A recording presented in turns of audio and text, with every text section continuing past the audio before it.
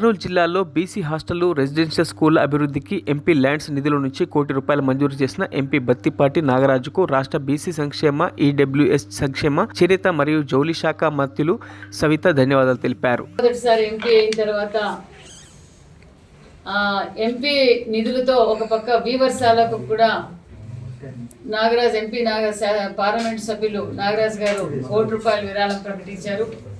అదేవిధంగా వెనకబడిన ప్రాంతం గత 5 సంవత్సరాలుగా ఎలాంటి అభివృద్ధి నోచుకోలేదు. పాఠశాలలు నిజంగా చాలా దారుణమైన పరిస్థితుల్లో ఒక పక్క BC residential schools, BC gurukuls చాలా దీనమైన పరిస్థితుల్లో ఉన్నాయి.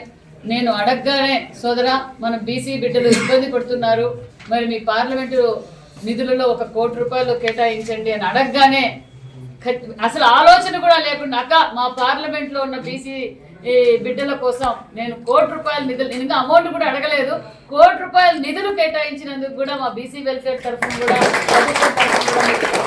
ధన్యవాదాలు కూడా తెలియజేసుకుంటున్నాం.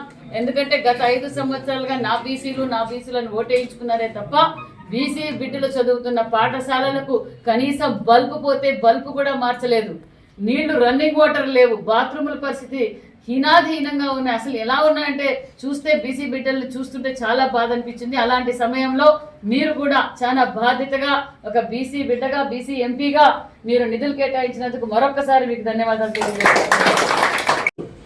కర్నూలు పట్టణానికి ఒక ప్రైవేట్ కార్యక్రమంలో భాగంగా బీసీ యొక్క ఐక్యత గురించి ఒక సభ పెడితే అక్కడ ఆ ప్రోగ్రాం పాల్గొన్న తర్వాత మంత్రివర్యులైనటువంటి సవితమ్మ గారు మన పార్లమెంట్ ఆఫీసును సందర్శించడం జరిగింది.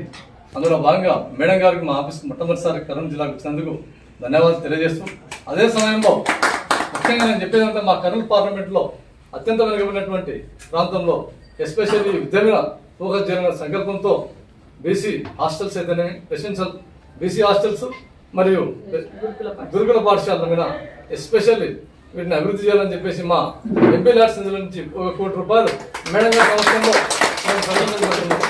కాబట్టి నా వంతు పాత్రగా ఈ స్కూల్స్ను ఇవే కాక మున్ముందు ఇంకా అభివృద్ధి చేయడానికి నేను శాశ్వతంగా కృషి చేస్తానని చెప్పి మంత్రివర్యులకు హామీ ఇస్తూ నేను కర్నూలు పార్లమెంట్ ప్రజలకు తెలియజేస్తున్నాను.